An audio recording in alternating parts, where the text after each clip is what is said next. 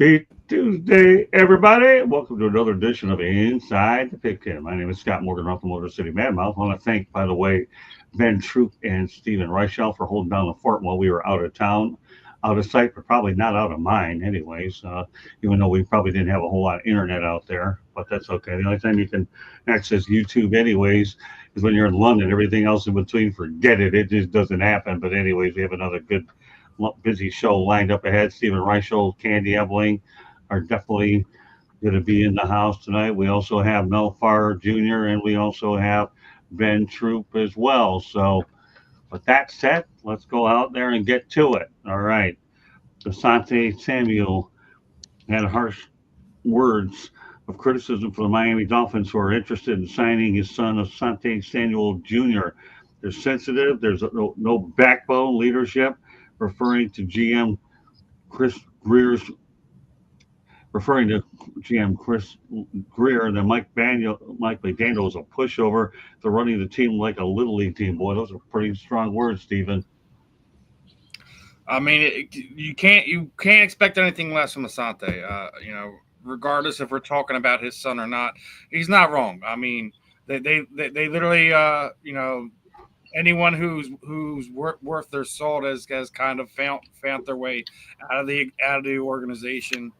Um, there's been we regardless of players extracurricular activities or not, 2 years ago they ran Vic Fangio out talking about it. He's too hard, he's too old school. But players here in Philadelphia, that they had a completely different tone. They found what he was, refreshing. They felt they could talk to him and about things that normally they wouldn't feel like they were able to talk to with other coaches. So I think the criticism is warranted.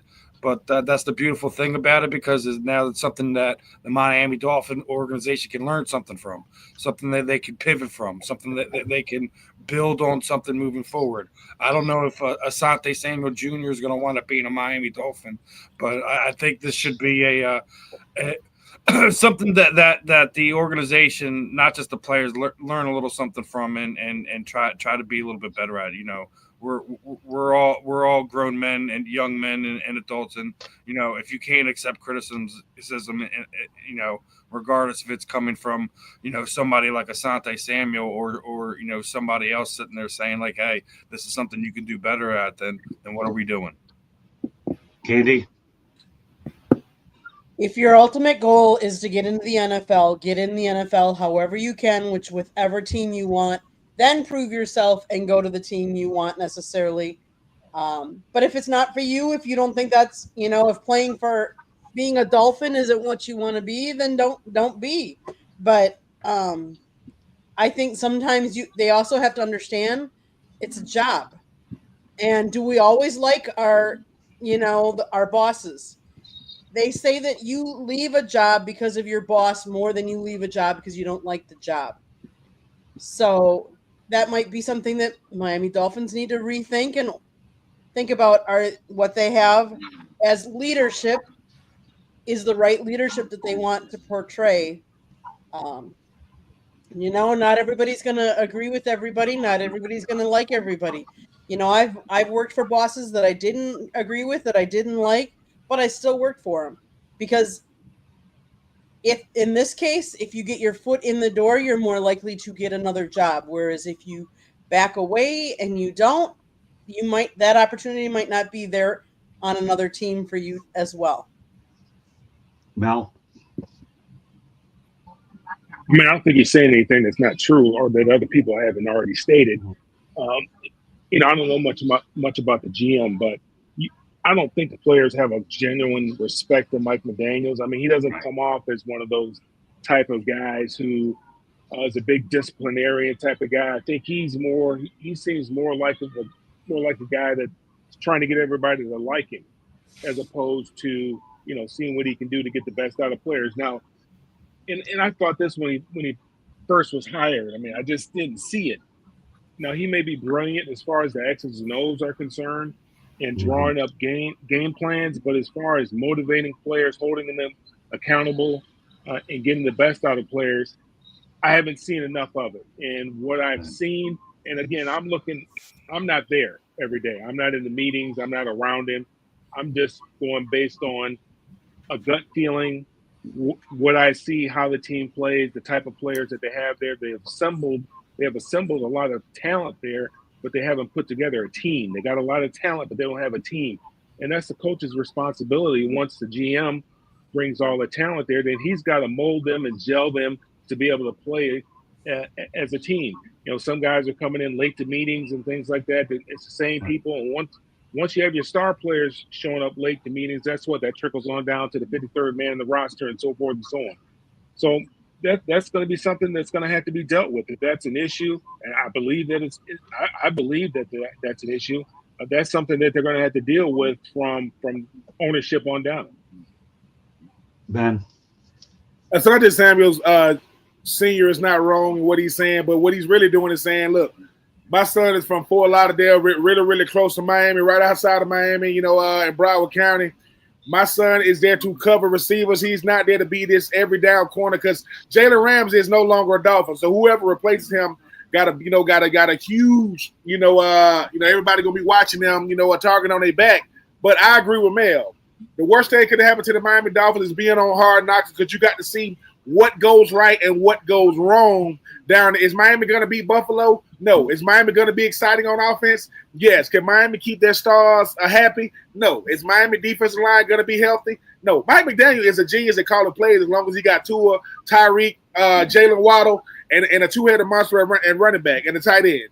Now he got Darren Waller, who's coming out of retirement, who I think could be a great addition. But the Miami Dolphins, outside of every time you walk in, you see them Super Bowls, they're the only team in NFL history to go undefeated. We are long ways from 72, right? Long ways from 72. And I think that when you think about a Mike McDaniels, he is the face. Jalen Ramsey's gone. Tua, he's one concussion away from never being able to play football again, let alone. So I do think what Asante is saying, one, he's speaking up on behalf of what he don't like in Miami, but two, he ain't helping his son. Asante Samuel Jr. is a good player, not a great player. He has his daddy's skill set, but he ain't his daddy. So if you want your son to get a job, this is the wrong way. I agree with Ken. This is the wrong way to go about it. Let him get on the team. But let me say this to guys who played in the NFL whose sons play. Odell Beckham Sr., Asante Samuel Sr. Look, man, your son is a grown man. If he get picked up by the Miami Dolphins, go down there and play. But if not, I guarantee you, if he had a shot of becoming a Dolphin, his daddy just hurt his chances. And I just think when I think of the Dolphins, I think of old tradition not meeting present expectations. Because if you can't win in the cold, Tyreek Hill wants to get traded every other day. He wants to get traded.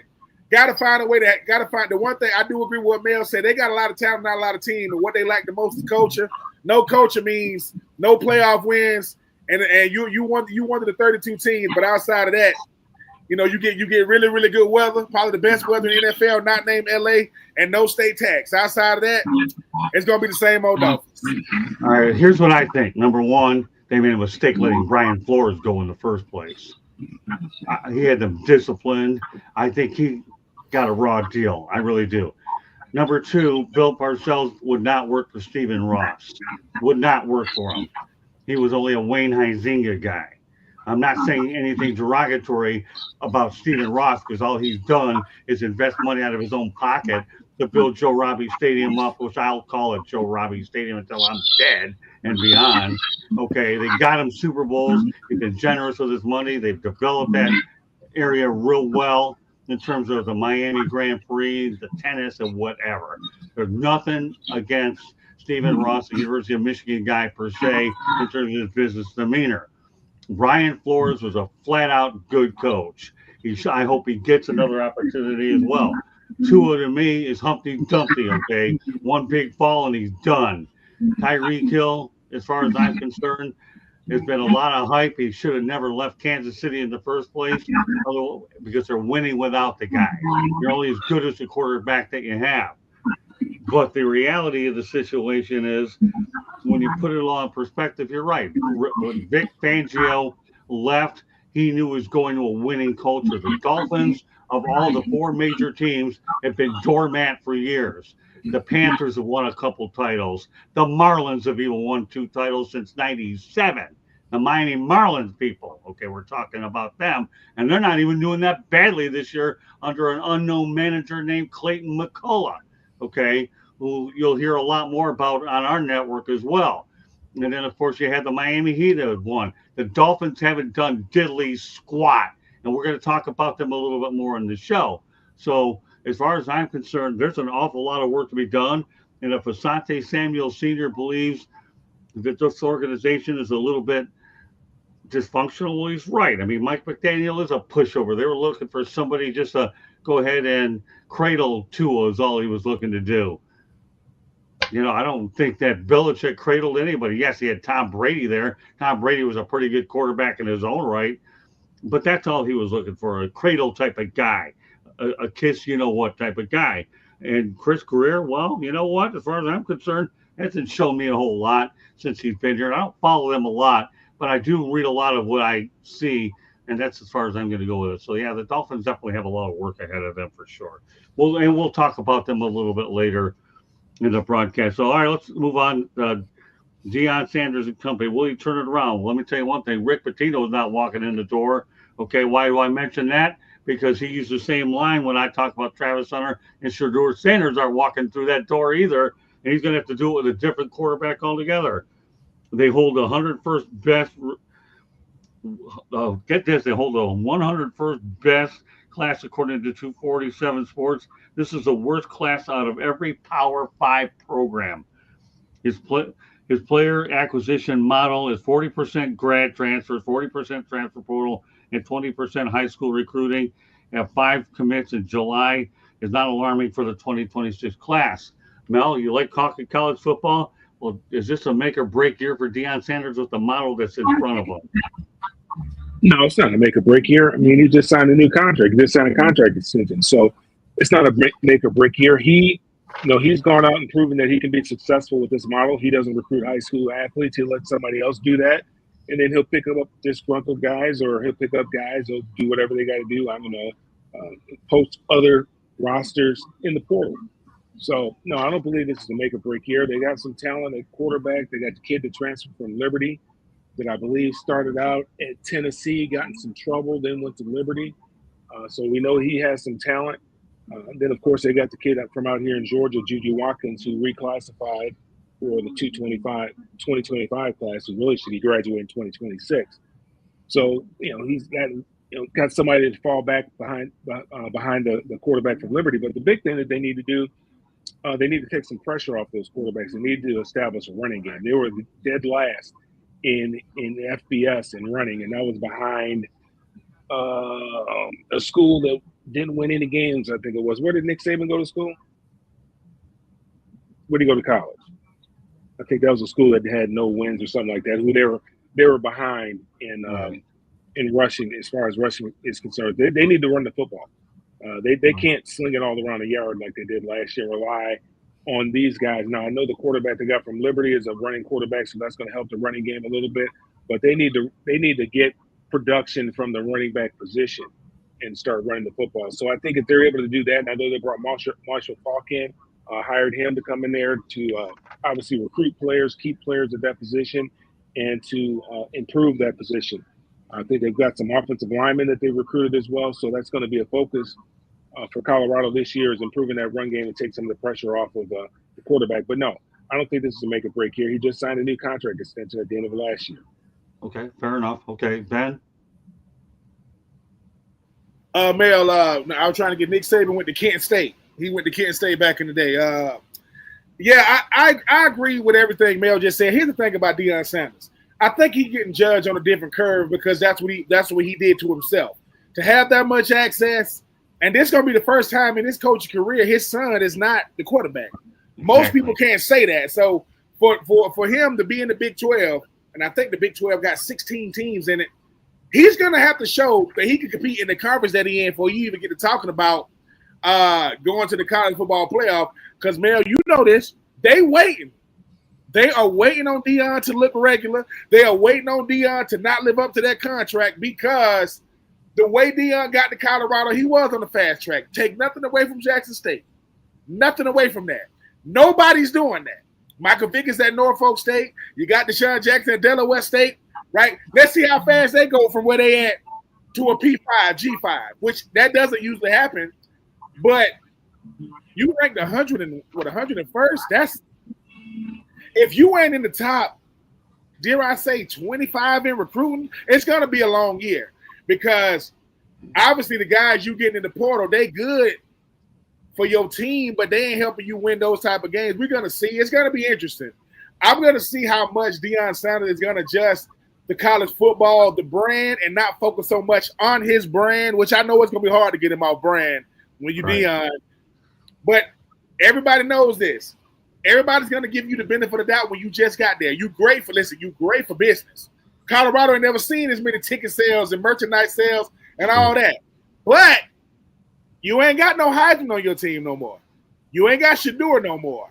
And while it's great to have Marshall Faulk and Warren Sapp and different guys on the squad, they're gonna use those things against you if you ain't winning. We'll see what happens. It's gonna be interesting to see. I just think that Deion, while he don't mind the microscope, we're gonna see how much he can compete within the Big 12. Because if he's middle of the pack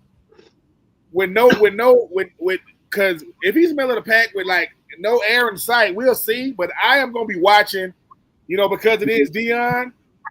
But I'm telling you, they can't wait to have him start looking like a halfway decent cool. So because the Boo Birds, they are on their way, no doubt. If it does indeed get bad. Tandy, by the way, good to see you in the chat room. Appreciate you. Tandy, you're muted. They're bringing 2 quarterbacks to media days.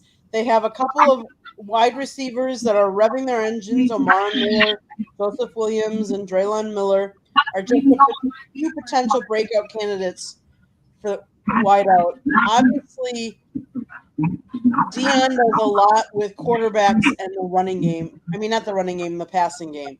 So it'll be very interesting to see if they do have any kind of running game this year, or if they keep focusing on just passing. It'll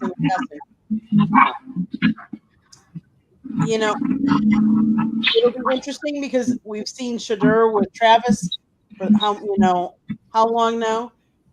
Will the next man step up, and how will they do? Coach Prime is fine. He's going to be fine. He's a good enough coach, and he's good enough to get the right players for the right positions. So I think they'll be okay. Now, are they going to be, ahead of everybody else in their conference? That remains to be seen. But I think this will be interesting. He's brought a program that was not doing hardly anything and brought them back to some sort of relevance. We're talking about him, and that's what Colorado needs and wants. So, Steven? Not a make or break year for Deion.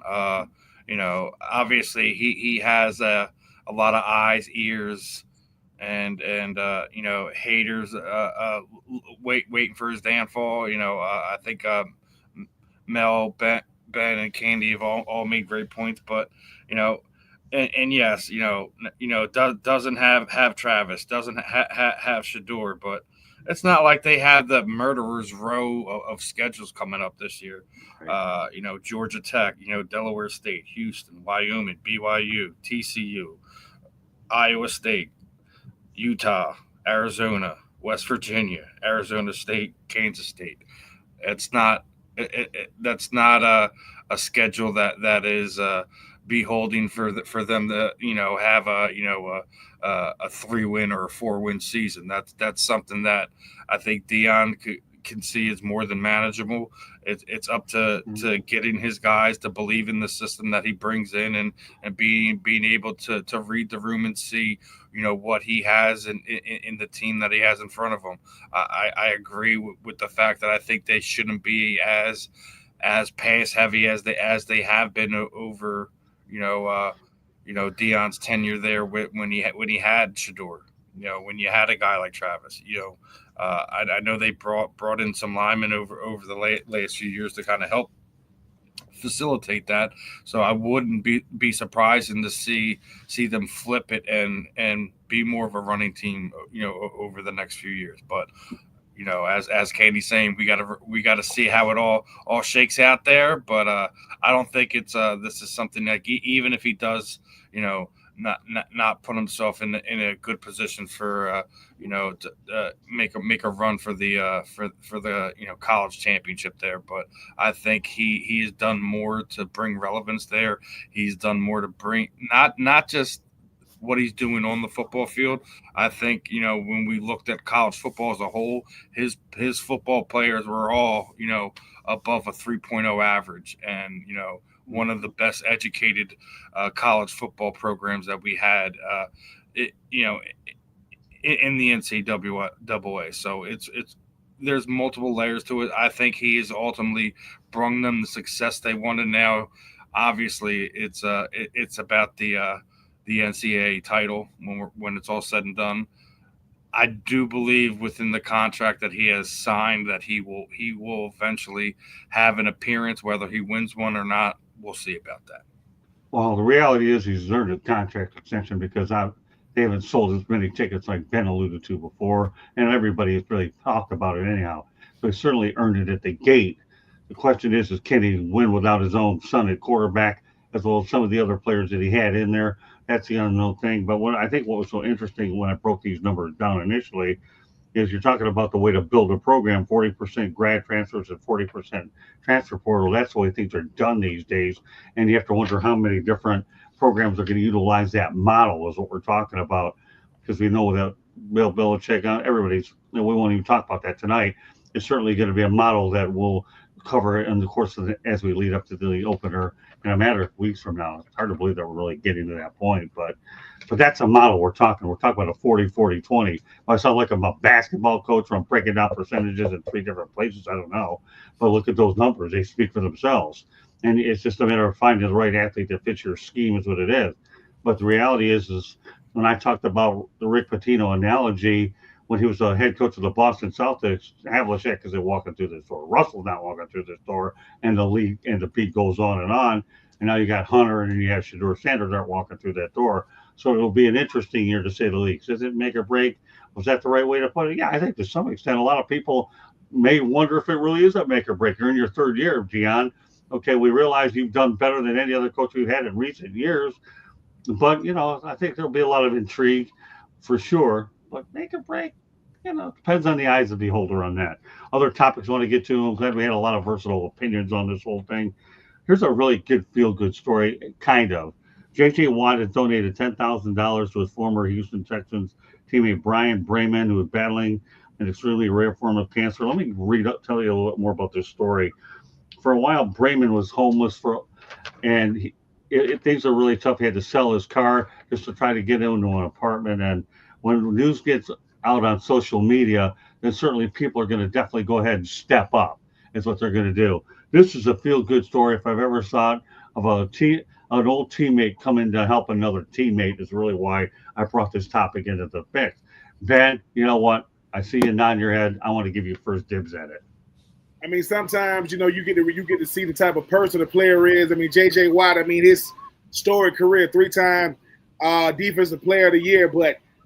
Sometimes, you get a chance to show who you are as a human being and to be able to step up for a former teammate in need. I mean, no greater love to show for them because J.J. Watt he's bigger than life when you talk about the Texans. And a lot of times when something happens to a former teammate, sometimes you don't even want to be like, look, man, I appreciate it, but you don't expect guys to do it, not because they don't want to do it, because I don't want to make my problems, their problem. But for JJ to do that, because JJ knows if I do it, I will help other guys, donate some money as well. And I think that's the greatest thing he's done is being a shining example of, and man, show some humility, man. Show the fact that could be any one of us. And sometimes, when the game has passed you by, even if you did right with your money, they say, look, you run out of healthcare benefits 5 years after your last playing down, and usually you need a major surgery 6-7 years or something happens to you. So I'm just happy that JJ did it for him because I do think it's going to spark not just other Texans, but other football players, owners, to be able to jump in and help. So shout out to JJ for doing that. It says a lot about him. You know, I mean, obviously, by the time I stopped playing, that's when JJ came into the league. But I've heard a lot of great things about JJ. This only adds, you know, to that. But, you know, we always talk about the brotherhood when it comes to the National Football League, whether past, present, or future players. This is how the brotherhood, you know, lives up to the creed, lives up to, you know, what we put on it. So shout out to JJ for doing that, man. I hope his former teammate get all the help he possibly can. Great stuff, Ben. And again, that's what I check that every week. Great stuff. I'm proud of you, pal. Okay, Mel, follow that act. We've heard about the charitable giving of J.J. Watt ever since he came into the league. I think with the Hurricanes, you know, he did a lot of stuff during with the Hurricanes down there when he first got in the league. So this isn't anything that surprises me about him. He's, you know, it's a comrade that's down right now and needs some help. He's the first one to raise his hand. We know if he raises his hand, there's going to be some other people that are also going to get behind it as well. But him being out front, obviously that says a lot about him, but it shouldn't surprise any of us because he's done this in his entire career. He's done it his entire life. So this is just the type of person that he is. He's a giving person. He wants to help those that are less fortunate than him. He's been truly blessed without question. And it's just a way for him to give back. And it doesn't surprise me that, you know, that J.J. Watt did this. All right, Candy. What can I say about a fellow Wisconsinite? He was born in Wisconsin. All of us, I would say most of us Wisconsinites, have big hearts. Let's face it. He is the president and founder of the Justin J. Watt Foundation. It's a charity organization that provides after-school opportunities for children in various communities. He gets involved. His foundation's motto is dream big, work hard. He's raised over $1 million, while most of that goes to schools that benefit from fundraising are in Texas, Wisconsin. Schools in Alabama, Illinois, and California also have received. He's done numerous other philanthropic type. Following the Sandy Hook elementary school shooting in 2012, he found out that some of the affected families were in the Houston area. He invited them out onto the field to hang out and throw the football. He raised over $37 million to help Houston recover for Hurricane Harvey, surpassing the initial goal of $200,000. He's done numerous things. I mean, I could keep going over. I mean, he paid for the funeral cost of the victims of the Waukesha Christmas parade attack in 2021, which left 6 people dead in Wisconsin. He has done numerous things. He comes from a very good family. I just love everything about J.J. Watt and what he stands for. And kudos to the fact that he is from my home state, Wisconsin. Figured you'd like that. Well, bottom line is, it's a great story. It is. And that's why It is. it's in here. And the only thing I'll say about it before I give Stephen the last word is I hope and pray that we all know about his philanthropy efforts over the years. But like Ben alluded to, this is $10,000. I hope a lot of people jump on this and this number inflates to 100, 200,000 to help Brian out, because he definitely can use all the help that he can get. $10,000 should only be the start of what it should be. Well, I hope it doesn't become the end. All right, Stephen, go ahead. I'm shocked. You're not bringing this up. Candy not bringing this up. Ben Well, we not want to bringing it wait up. for you to say something. What do you think? I left you at the last. Well, here's the thing. We're all jumping on JJ's train here. Emmanuel Ocho already put it out. He's just the biggest one that made the biggest donation. Najee Good, former Super Bowl teammate, donated some money. Brent Selleck donated $1,000. Dexter McDougal donated. And if some of these reports are being true, Kerr and Eagles Jalen Hurts is trying to get up a foundation right now to make sure he gets over $500K in donations. So yes, the JJ Watt story is cute and nice, but Philadelphia is taking care of their own here. We're just finding out about this. Philadelphia always takes care of their own. So love JJ Watt, love what he's doing, but to sit there and single out JJ, yeah, granted, he's probably the most popular one on the list of names I just mentioned with the biggest donation, but we'll eventually get around to it, and that's the one thing you can always count on Philadelphia, that when stuff like this happens, fans, former alumni teammates that have played with them, that were on the Super Bowl with them, will find a way to get behind them and show Brian love, because that's just how a lot of the alumni in the NFL are. It's truly a family. So mad respect to JJ, but got to make sure that we recognize all who are throwing in and making sure that Brian is getting the proper care that he deserves. He's not living out of his car, living off of the street, things of that nature. Good, because now you just qualify for my really, seriously, really moment of the night. Really? Seriously, really? If it weren't for J.J. Watt, I wouldn't have brought this topic up in the first place because he's from the Texas. I already had it locked and loaded for tomorrow. Now you just saved me and Ben. I have it for tonight. You just saved me and Ben about 10 minutes in. Wait. Let me finish here. Okay. Ben's been waiting for this eruption to come back for a while, and now he's got it. Okay. All this collaborative business I do with you. I don't even know what the over-under is on all these collaborators. I don't even care. Keep them coming. It doesn't matter. I keep up with you anyway, no matter how old I am. But really, seriously, really, if it weren't for what, I wouldn't have brought it up in the first place. The fact is a Wisconsin Badger. Now you can bring me the other people. It doesn't matter. It's called domino effect, okay? And then we can get the Philadelphia Freedom and all the Philadelphia people in there. But J.J. Watt is the reason that made sense, okay? And if you want to add to this, send me some hashtags before it's over with, and I'll take the rest of them later because I wouldn't know how to spell half of what you read off anyways. So the bottom line is, J.J. Watt, you got it started. And Steven, good stuff for following up on the rest of the stuff. As Paul Harvey would say, not that you know who he is anyways, call the rest of the story. That's your FCC moment of the night presented by the South Florida Tribune. There you go. Hello, Tiger Stripes Media. Isn't that what you missed, Ben, when you told me I'm glad to have you back, Motor Mouth, here? Because you got to see him go really, seriously, really with all that energy, old energy. Really? Seriously, really? All right, we know Philadelphia's done good. Been a good year for Philadelphia, right? At least they won the Super Bowl, right? Now, they can't say that about the Kansas City Chiefs, although the PR guy treated me great. Can't say that, but really. Well, now, J.J. Watt kicked the thing off, pun intended, this time because we're on a football show. Okay. He didn't kick it off.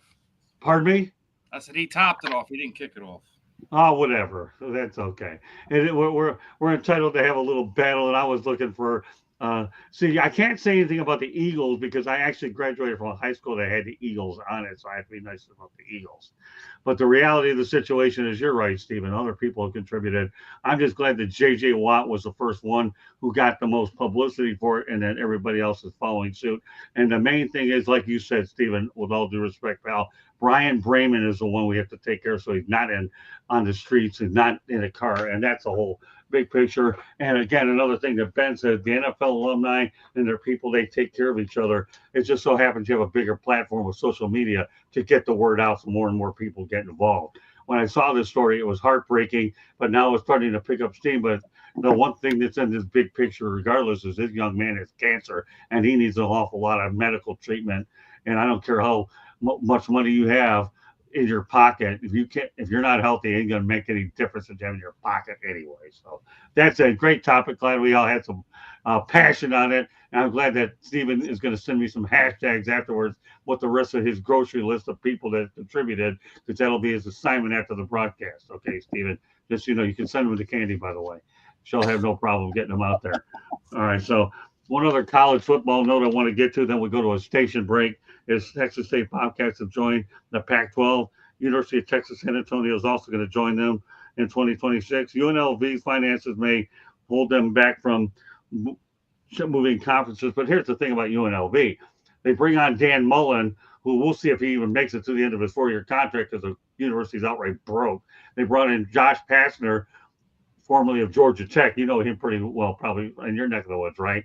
Who got another job out there, is hoping to have any kind of success there. And they got him for pennies on the dollar.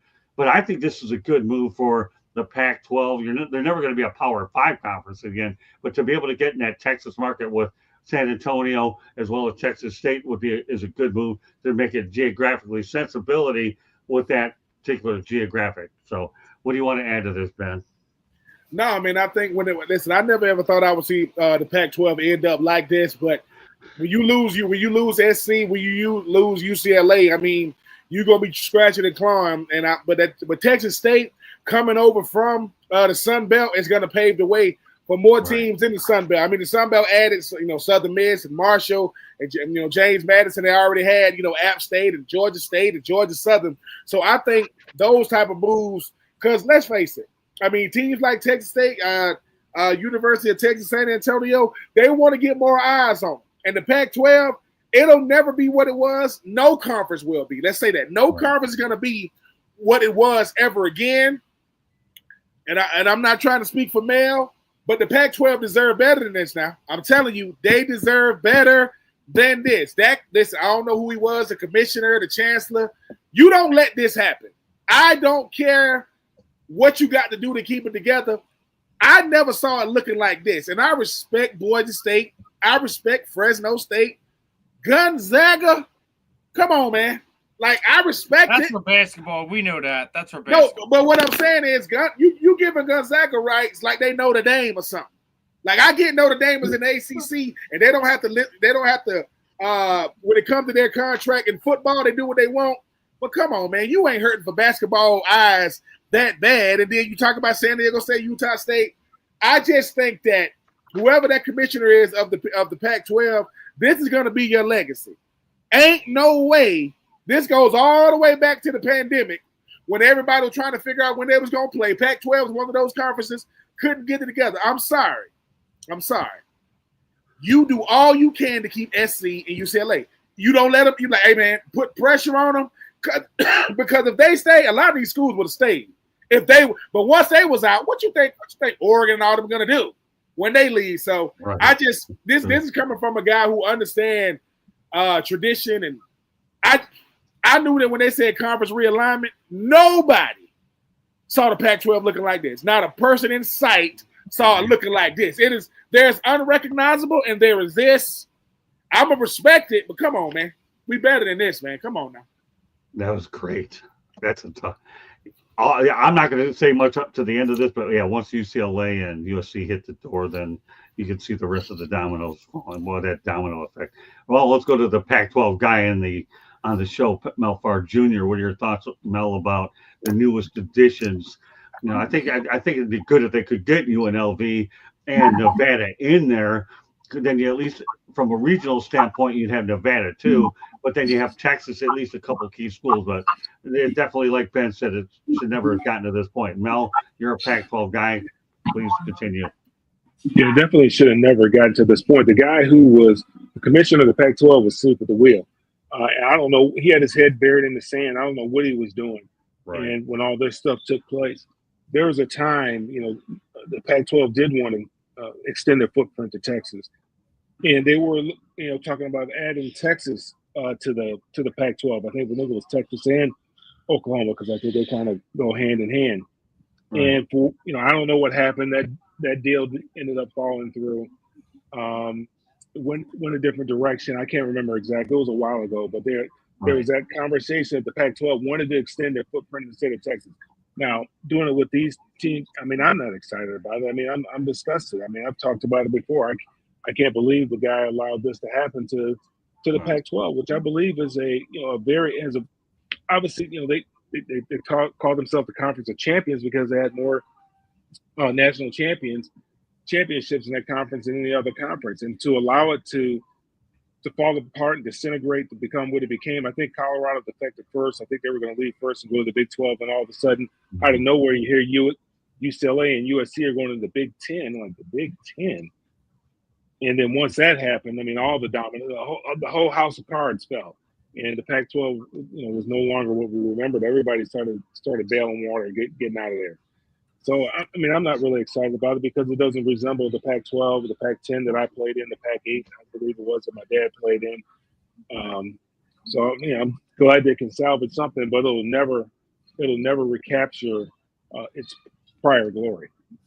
Well, they're only doing this so that the conference doesn't get dissolved is what they're doing in football. That's the only move it's a desperation move if I ever saw one to begin with. But go ahead, Candy. It's sad what has become of the Pac-12, but it's sad what some of the other conferences have become too. So I mean, is it time for college to realign everything and change it up? Yeah, maybe, because tradition has gone out the window. I mean, with some of these big matchups and these marquee um, teams playing each other are no longer in certain conferences. It's sad, but maybe it's time we have a total realignment. I'm still mind boggled at the fact that the Big Ten team that represented in the NCAA women's Final Four was UCLA. It was just too surreal. I couldn't believe it. I thought I was delusional on Mars, thinking that the UCLA Bruins women's basketball team is a member of the Big Ten in the NCAA Women's Final Four. I'm thinking, is this a dream or what? All right, Stephen, Well, I won't be as hard on you on this one because I'm sure you still got, you can fill in the rest of what I haven't got, and I'm going to leave them alone. I got my really seriously, really mowing in for the day, and he'll have a few hashtags later. So go ahead, Stephen. I love this guy anyways. He's all right. I mean, this mass defection has been 3 years in the coming since since the aforementioned teams were already leaving. This is a very poor band-aid on top of a dissolving conference. I agree with Candy where we should probably have a realignment of all the conferences where it all kind of makes sense. You know, you had a realignment of divisions in baseball and football. At different points in times over the last 15, 20 years. So wouldn't be surprised if we see something like that happen. But as we know, there's certain teams that have certain type of TV contracts and stipulations put in for this, that, and the third that'll probably stay where they are. But I do think that if they intend to keep the Pac-12 around, that I don't know why you have Gonzaga in there as a non-football team. It's a basketball thing. I don't think Right. that I think that if you're going to have them there, they should have a football team. Yeah, there's no debating that. I think you're right about that. It won't happen, but I think you're right. Yeah. It's I'll give you two words that define why Gonzaga is. You ready? Mark Few.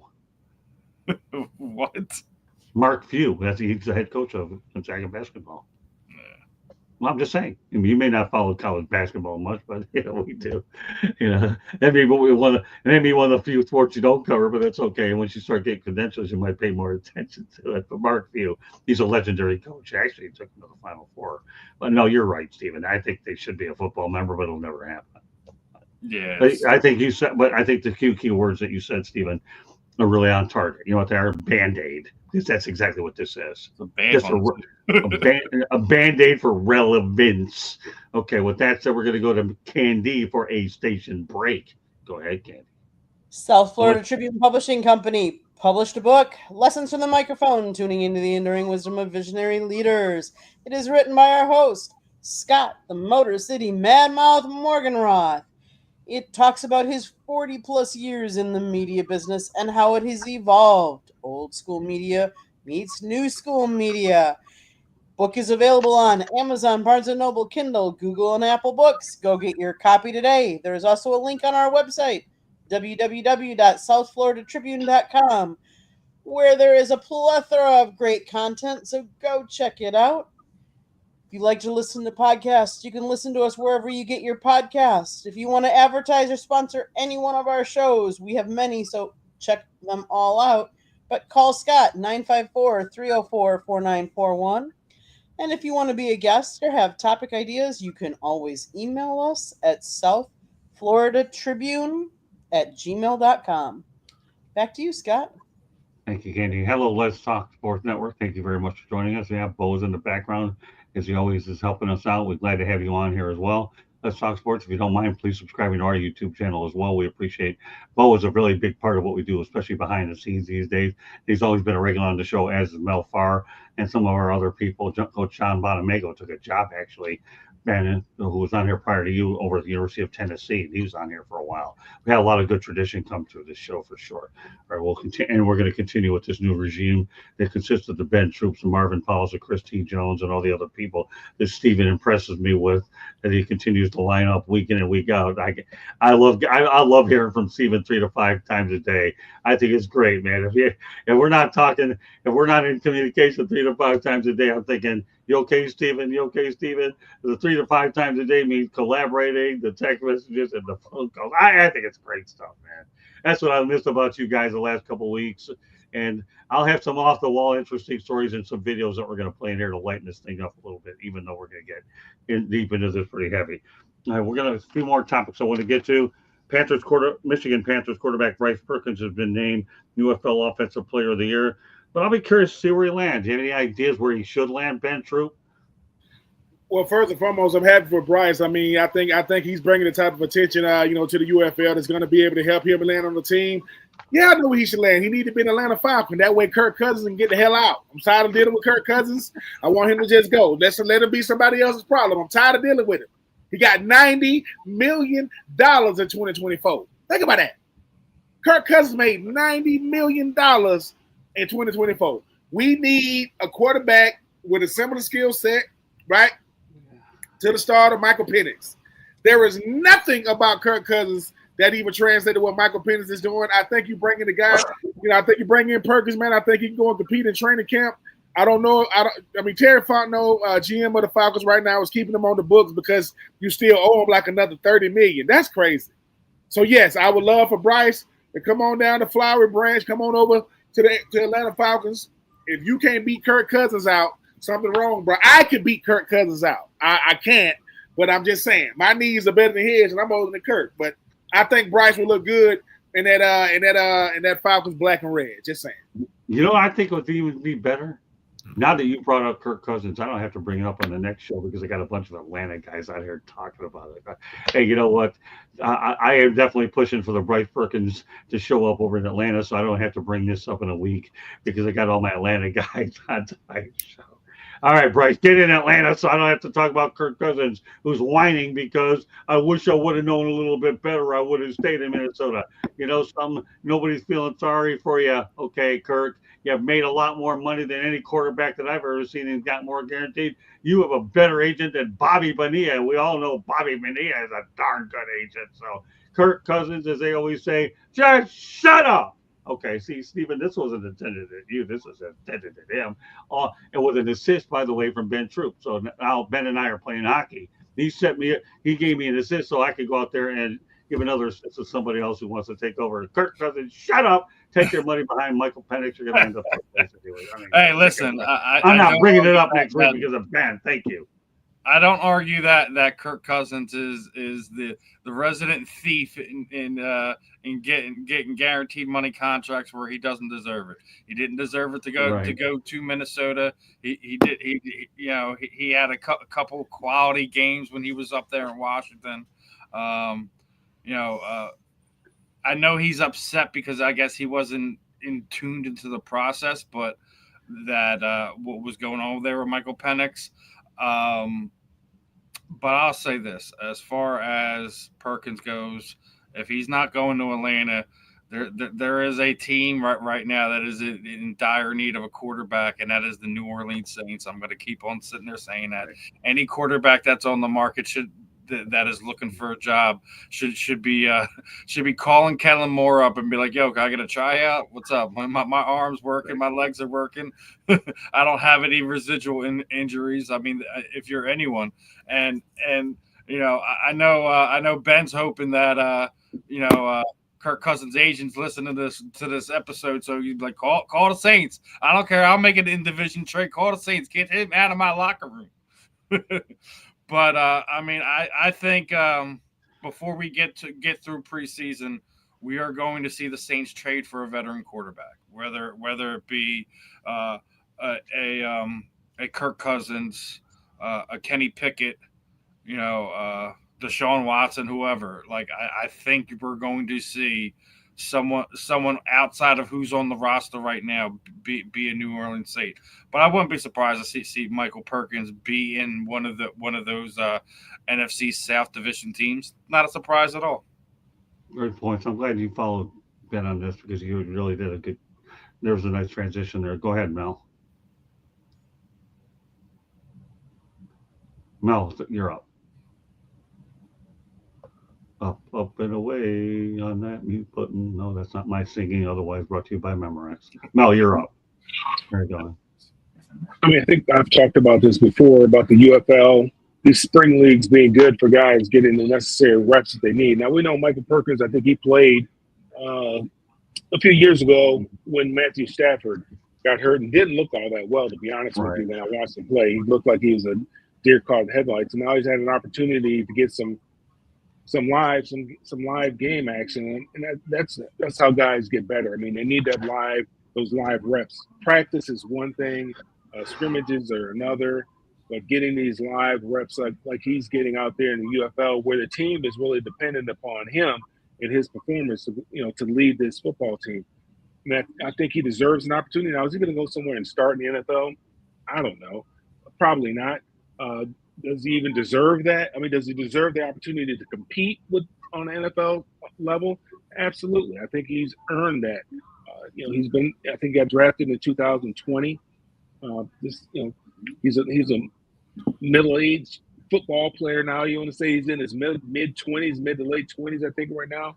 He deserves an opportunity to compete for a roster spot, to be a backup quarterback, and maybe be somebody that could be a stopgap for 2 or 3 games, 4 games, or whatever, if the starter goes down. And then you never know what it may materialize in. He may end up being somebody that could, lead a franchise to a playoff win, or to the playoffs, maybe a playoff win, and who knows, even the Super Bowl. But yeah, he's warranted that opportunity, and a lot of guys have over there in that league. They just need, some of these guys just needed to get a few more reps, and hopefully, generally, a lot of those guys do get signed, and they end up going to the camp in the NFL, and a few of those guys do end up sticking on teams. Okay, well, I know one thing. Tim Tebow ended up winning a playoff game, and I know one thing: he's not going to be taking the route that Jake Bates did, and that's going to the Detroit Lions. So across Ford Field, I don't think that'll definitely happen. Candy, you've got the last word on it, and then I know Mel has to get out of here pretty soon at 9:30, right? So I got to make sure that we can get him in on a couple of these other key ones, because there are some important topics we want to get to. So Perkins signed with the Rams as an undrafted free agent back on April 25th of 2020. He was waived by the team during final roster cuts back in September 5th and signed to the practice squad. He was elevated to the active roster on January 2nd and 15th, 2021, for the team's Week 17 and divisional playoff games against the Cardinals and Green Bay. He was signed a reserved future contract with the Rams on January 18th. He was among players who received a Super Bowl ring for the Rams' victory over the Cincinnati Bengals. He then made his NFL debut in 2022, filling in for Matthew Stafford, weeks 10 through 12 against the Cardinals, Saints, Cincinnati Chiefs. He threw the first touchdown pass of his professional career to Van Jefferson on November 27th of 2022 in a loss to the Chiefs. But then it was on April 24th of 2024, Perkins signed with the Michigan Panthers of the United Football League. He was placed on injured reserve and then re-signed. He's done good. He would make a good backup for a lot of different teams. I don't know if I wouldn't say he's a starting quarterback yet, and he's 28 years old. So he's got some, he can make his presence felt as a good backup. But yes, in order to get elevated, you need reps. And like Mel said, it's not just on the practice field, So I think it'll be interesting to see where he could land.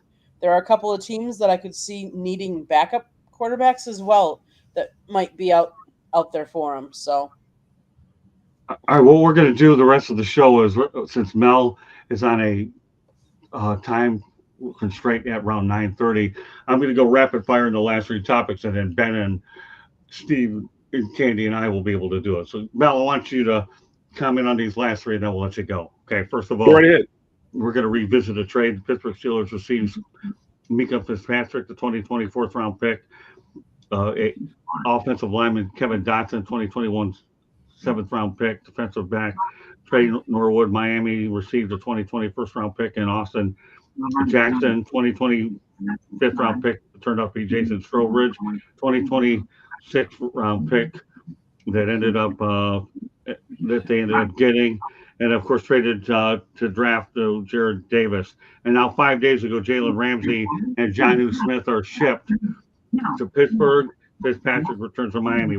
Just give me your thoughts about the two transactions, Mel. Then we'll get you two more. Then you can take. Then you roll if you have to. Okay. Yeah, I mean, I don't like a whole lot of what Pittsburgh has done this offseason. By trading away Pickens, I wasn't thrilled about that. Trading for DK Metcalf, trading away Pickens, bringing in Jalen Ramsey, who his production has gone down. I don't know what they're doing to Mike Tomlin. I mean, are they trying to accept? They're trying to kill this guy. I mean, we know the type of coach that he is, but the person. I mean, and we know the personalities that he's dealt with, whether it's the Le'Veon Bells, the Antonio Brown, all the different personalities that he's had to deal with. And yeah, all coaches have to deal with personalities, but some more so than others. I mean, I don't know what they're trying to do to this man, but they aren't making his job easier. That's for certain. Aaron Rodgers, I mean, they're just not making that. So I don't know what to say, but to be honest with you, I mean, it's the worst kept secret that Miami was trying to move Jalen Robinson, or excuse me, was trying to move Jalen Ramsey. Right. Jonnu Smith, it makes sense that they brought him over because he has some familiarity with Arthur Smith. Right. But I don't have a whole lot to say about it. I really don't know what to say about it other than what are they trying to do to Mike Tomlin. Okay, well then you'll follow up with this. Aaron Rodgers played a significant role in Steelers trading George Pickens. Do you agree with that? Yes or no? Make that easy for you. No. Okay, fair enough. Final topic that we'll get you out on here is Kenny Stabler died 10 years ago today, July 15th, 2015. It was 28-3-2 for Alabama, second round pick for the Raiders in the 2016 NFL Hall of Fame class. The most interesting part about all this was the TD versus interception ratio was 194-222, yet he still made it to the NFL Hall of Fame. He is buried in Alabama, Baldwin County, Alabama. But in his 15-year career, he had one Super Bowl, one MVP, and he's a member of the NFL's all 1970s decade team. What are your thoughts about Kenny Stabler in general as a quarterback? Does he belong in the Hall of Fame? Yeah, I mean, you look at Joe Namath's numbers. I mean, I think he threw more interceptions than he did touchdowns. Remember, the quarterback position has changed. I mean, if you were completing 50% of your passes, you're doing a good job back then. Guys were barely completing 50% of their passes back then. But yeah, I mean, when you win Super Bowls, and that's kind of why it's funny that Jim Plunkett's not in the Super Bowl. But I mean, I guess another topic for another day. But when you win Super Bowls, you're going to get a lot of credit that you probably don't deserve, and he's probably getting a lot of credit that he doesn't deserve because they had good defenses and they ran the ball back then. But he was the quote unquote quarterback of that franchise, so quite naturally, he has to go in. But I don't have a problem with him being in the Super Bowl. I remember watching him growing up, and he was a tough player. I mean, he was a tough guy. I mean, he was the real deal. So no, I don't have a problem with him being in the Super Bowl. I mean, being in the Hall of Fame. Yeah, it doesn't hurt that he's probably one of the best left-handed quarterbacks ever played the position as well. So with that said, I know you have to get out of here in about 2 or 3 minutes. So as we let you roll, why don't you let everybody know how they get a hold of you, Mel, and everything you stand for. We appreciate you being on tonight's edition of Inside the Fiction. Go ahead. Yeah, you can catch me on all social media at Mel Farr Jr. That's X, that's Facebook, Instagram, LinkedIn, whatever else might be out there. You can catch me at Mel Farr Jr. Then you can follow what we have going on through youth at melfarsuperstarfoundation.org. So just want to say good night to you, gentlemen. I appreciate it, and I'll see you guys real soon. Yeah, what's that in about 2 weeks, right? Is that correct? Yes, sir. Yes, sir. All right, Mel. Thanks for being on. We appreciate you. We'll see you in 2 weeks. God bless. Have a good night. You bet. All right, so now there's 4 of us. So let everybody knows the topics. I'm going to start with Steven. Go right to left on this. We revisit the trade. Your thoughts about the before and afters with the Jalen Ramsey. You've heard all the particulars now, Steven. break it down. What are your thoughts about how it was and how it is? Yeah, I mean, we already touched on this, while you were gone, but ain't no harm in revisiting this one. Um, Surprising to say the least on where he ended up, considering they already got Joey Porter Jr. They just brought in a Darius Slay. They still haven't re-signed TJ Watt to his long-term extension, and I think that's kind of like the elephant in the room. Like, why are you bringing in a $20 million cornerback who some people feel that he hasn't performed up to what he's being paid to, and not signing your outside rusher right now, who has been arguably one of the top two or three best defensive players in the league the last few years. So it's a head scratcher. You also lose some of that intensity on your back end by trading a guy like a Minkah Fitzpatrick as well. But you get your quarterback another weapon there. Stealing the kid out of Miami as well. So interesting to say the least. Me and Ben already kind of touched on this. It still doesn't put him above the Baltimore Ravens. It still doesn't put them there. Does it make their defense stronger? Yeah. Does it make you have a little bit more flexibility to kind of leave Ramsey, Porter, and Slay out there on islands? Yeah, it absolutely does. It gives you a lot of flexibility. But I don't think it's going to get them over the top and get them that division title that they need. So we'll see how it all shakes out. But Miami needed to dump the contract, and they did. They needed. He made it clear. Jalen Ramsey made it clear that he did not want to play down there in Miami anymore. So, a win in the right direction there. We'll see if I'm wrong. I'm wrong, but I don't think it's enough to get Pittsburgh over the hump. But that's fair. Okay, Ben, you talked about before. Please reiterate to this audience what you talked about before. I mean, I definitely think, who won? I think when you get a guy like Jonnu Smith to be able to, because DK Metcalf was a big time pickup in the offseason. Pat Freiermuth is a good tight end, not a great tight end. I think him and Jonnu Smith together is kind of going to be your two tight end sets. Jalen Ramsey doesn't hurt any team that he's on, but I don't know how much he's helping every team that he's on now, because it's not going to take long for him to get disgruntled. One thing about Jalen Ramsey is this. He's really, really good when he's really, really good, and he's very, very sour when the team isn't playing well. I agree with what Steven said. I mean, you could do worse than Darius Slay, Joey Porter Jr., and Jalen Ramsey. Problem is, they're going to have to deal with that. They're going to have to deal with that division. The Cincinnati, they coming. Baltimore is the best team in the division, and Cleveland ain't got nothing to lose. What do Cleveland got to lose when they go up against Pittsburgh? But I mean, Minkah Fitzpatrick, a guy that got drafted by the Dolphins, he get to go back. I mean, he's going to help He's going to help your secondary. Problem is, who is Phillips? Is guys is Chubb going to be healthy? And I do agree with something Mel said. I don't know what they're trying to do to Mike Tomlin. I mean, this offseason, you just got Jalen Ramsey, you just got Jonnu Smith, you just got Aaron Rodgers, you traded away George Pickens. Mike Tomlin has proven two things. He's never had a losing record, and he is horrible at picking quarterbacks. Horrible. He cannot pick them, whether it's Kenny Pickett, whether it's Aaron Rodgers. He just can't do it. So I do think that I give Miami a lot of credit, though. They picked the worst of the two evils. Do we keep Tyreek Hill or Jalen Ramsey? We're gonna let go of Jalen, because Jalen has been good, but I'm trying to get that money off our books.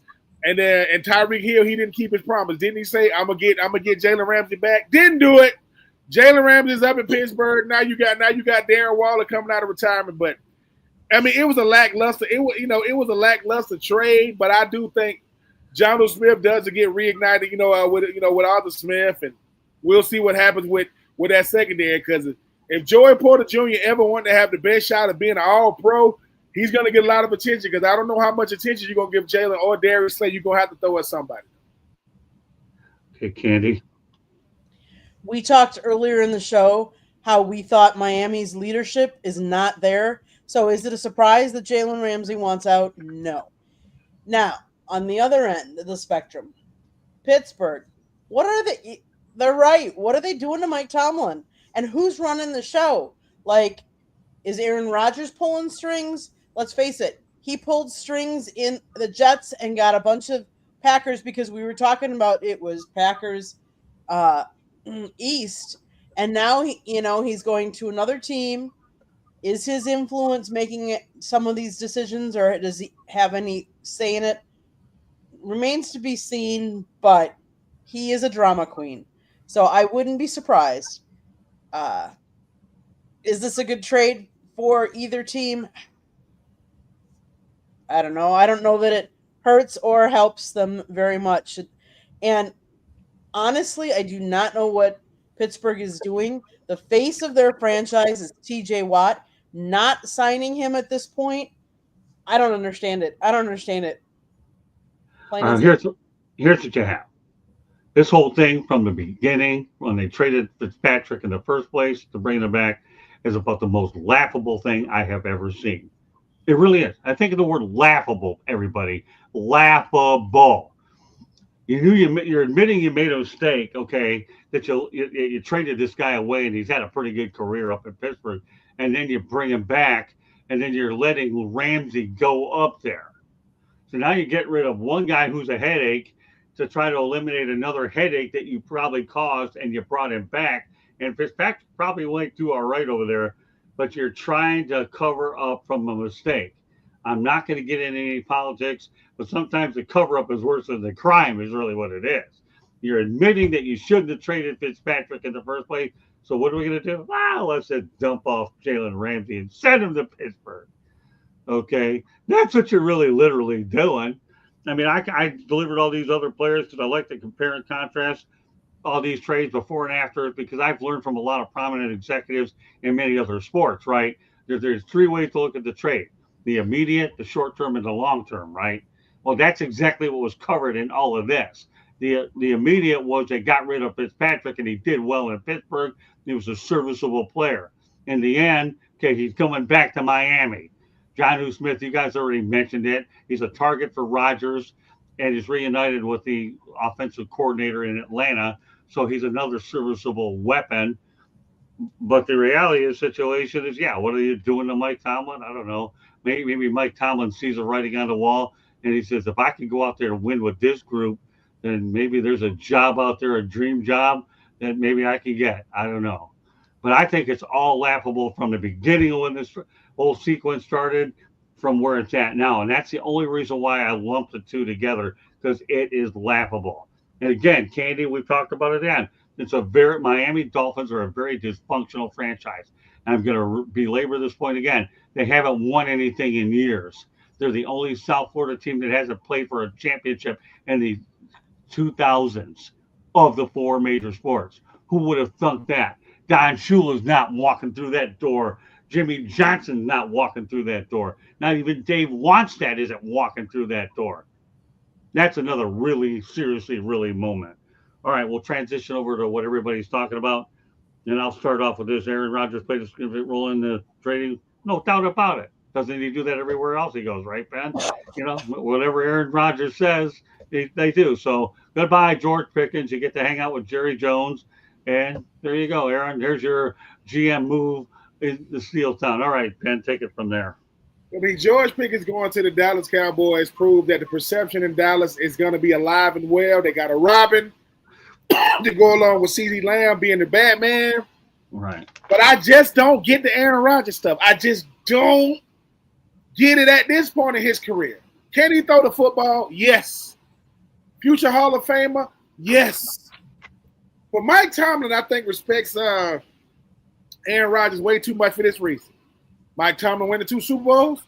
He won one. He lost one. Who did he lose to? Oh, Aaron Rodgers. That's who he lost to in the Super Bowl. Here's the thing, though. When you're looking around the NFL landscape, I need a veteran quarterback who's going to come in, win games, keep my blemish record of never having a losing record since I've been the head coach, and help me win in this division. Aaron Rodgers not. Did you see Aaron Rodgers with the Jets? I saw him. Everybody saw him. And the thing about it is, sometimes a guy like Aaron Rodgers is always going to get way more respect than he deserves, and sometimes he's going to get way more criticism than he deserves. But he helps with it. Aaron Rodgers helps with all this stuff. Aaron Rodgers gonna break news on the Pat McAfee show. Is he married? Is he not married? I mean, he don't talk to his family. He got Netflix specials. He's vaccinated. He vaccinated. No, I'm immunized. He does this stuff to himself. I think at this point, Miss Candy, he wants to be famous more than he wants to play football, and I'm a die on that hill because I think listen. And then at one point he dyed his hair blonde. He got his hair long. What do you want, Aaron? You done made $1 gazillion. I think he part ownership in the Brewers or something like that. Look, man, you good. He just want to go out a winner just so he can say, hey, man, I went out a winner. Well, you picked the wrong division to do it in. You not finna beat the Ravens. Nobody's beating them. No. And I think Cincinnati gonna be competitive. George Pickens, people, if George Pickens decides to play football and Dak Prescott stays healthy, this division is still going to be won by the Eagles. But Dallas coming now because I don't know who played for Dallas defense outside of Michael Parsons. And I think Trayvon Diggs play over there. So for me, I want to see George Pickens go out there and handle his business, but he got to stay focused for 18 weeks. I don't know if you can keep him focused for 18 weeks. And if and Aaron Rodgers going to be playing, he's going to be wearing the black and gold, for the Pittsburgh Steelers. I mean, it's going to be good storylines. But DK Metcalf going to get doubled. Jonnu Smith going to get a safety over top, and nobody's scared of Pat Freiermuth. Who's going to throw the ball to, Aaron? We will see. I will be watching. I'm going to be watching to do two things, to laugh and to criticize, because I'm going to do both. I'm going to laugh at them, and I'm going to criticize them because, listen, I was born in 1982. Aaron Rodgers was born in 1983. You see what I'm doing, don't you? And I love the fact that I get to do it. Aaron Rodgers need to bring his behind to the booth because quarterbacking ain't working like it used to. We will judge you as long as you play. So people that get mad at me for judging Michael Jordan for playing for the Wizards, he shouldn't have played for them. Because I got to talk about that too. Aaron Rodgers think that his game is still at an elite level. It is not. He gonna make some throws, but come on, man. Aaron Rodgers, come on, man. A Pittsburgh Steeler. Kirk Cousins, he need to go to Pittsburgh too. Y'all want old veteran quarterbacks? Send Kirk Cousins to Pittsburgh. Let him be the backup. Do that. Well, the only thing I'm going to say is Aaron Rodgers didn't want to go out the way he went with the New York Jets. That's why he's in Pittsburgh. He didn't want to go out that way. I mean, that to me is like sitting in a solitary confinement place where you're going ballistically nuts the way he went out there. He just can't do that, dude. I mean, please don't put me in there. I got to at least go out with and say, you know what that move is, Ben? Actually, with him going to Pittsburgh, it's called this ultimate save my face move is what it is, just to get out there and leave the Jets. That's all it was. All right, well, nobody knows it better than Candy Evelyn about the Rodgers deal with her. Go ahead. I know she's chopping at the bit to get at this topic anyways. So Mr. Drama Queen got upset and got his feelings hurt when Green Bay went and drafted his replacement. Right. His feelings was hurt. He wasn't consulted. He wanted weapons, and what did they do? They drafted his replacement. So what did he do? He decided to go someplace else. He went and played for the Jets, and then he decided to recruit some of his receivers because he thought that would be what would take him to the next level. And then, obviously, we all know he got injured the first game. But last year, he came back. Was he the same? No. Is he going to be the same as he was when he was a Packer? No. Yes, his intelligence might be there, but that doesn't mean his body can back up his intelligence. He is a very smart player, very smart person, but it doesn't mean he always uses it in the best of his abilities. Is he a GM? We've all said that a lot of times, that he's playing the GM role. He does not deserve to be the GM. He's not a GM. He's a player. But some of these all-stars think they can do more than just their role. And we've seen it in the NBA. Oh, I'm taking my talents and I'm bringing other people with me to, certain places. You can go there. Forget that. cut you off Just right saying. there. Going further. I'm just saying. Some of them think that they can bring other players with them, and that they know better than the GMs that are in their roles, and they're not. They're in their role for a reason. The only reason why he is playing this year is because I think he does not want to go out with the disastrous last year that he had as a Jet.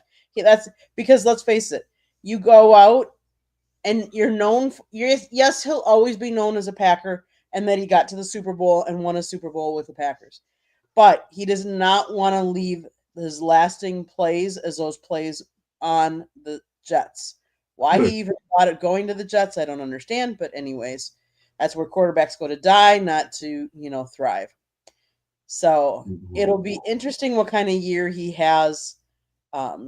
Is he in the same physical elite player that he was when he was as a Packer? No. Does he have enough left in the tank? Is he still better than at least half the quarterbacks out there in this league? Yes, probably. But it'll be very interesting to see how him and his drama queen, how they perform on the field with the teammates he has. Well, I'll just say this. Number one, the best broadcaster in the Rogers family is Jordan Rogers of the USFL, number one. And number two, as far as Aaron Rodgers is concerned, he wasn't good enough to do Jeopardy. And thank God, because I don't know anything about those questions anyways. The last thing I want him to do is be read them. I'll be more than happy to take the current regime instead of him. I got to leave something for Steven to talk about because obviously we hit this one hard. Go ahead, Steven. Now that he's taking his notes down there, don't worry. I won't put you on the hook for hashtags. I got more than enough anyways, Steven. So you don't have to worry about that homework. So is this actually about Aaron Rodgers or the George Pickens trade? Well, you know what? We're going to let it's about both, actually. So I'm leaving you with the last word on it so that you've been so patiently waiting for us to get it off our chest. I'll say it like this. I don't think George Pickens being traded had anything to do with Aaron Rodgers. I just think they were just done with trying to keep him motivated and focused on football, and just said, you know what, you want out of here. We're going to send you to the most dysfunctional family that we have left in the NFL, and we're going to send you to Dallas. Now, granted, I do think he gives a balance to that Dallas offense that we haven't seen since the Alvin Harper, Michael Irvin days. Right. Problem is, neither George Pickens or CeeDee Lamb is Michael Irvin or Alvin Harper. Right. So, yeah, he's gonna have some problems, dealing with the Philly trio that they got over there in their secondary. Quinyon Mitchell, Cooper DeJean. They're going to have something to say about them guys. I wish them the best. I'm going to be looking forward to how it looks week one. But the Aaron Rodgers situation is just – I just don't think he wanted to end his career in New York the way it was ending. And I've said it before. He has too much of a Favre-like quality about him. It has to be his way. He has so much faith in what he is and what he sees that he thinks that he's the one that has the best advice. He's not the gunslinger that Favre was. Let's be clear. And he's absolutely right about that. That he is actually smart and methodical in the way he goes about things. But can't tell me he's not following the Favre blueprint almost to a T at this point in time. Yeah, sure. Different locations, obviously ending in a different location this time, but he's following the old man's blueprint to a T. Another thing Candy was spot on for is he does not want to be nobody's mentor. He does not. He has no interest in it. He doesn't care for it, and it's something me and Ben have talked about with multiple different athletes that we have on. That's just the wrong way to go about it. That's the wrong mentality to have. You have to be somebody's uncle, somebody's brother when they come into the league.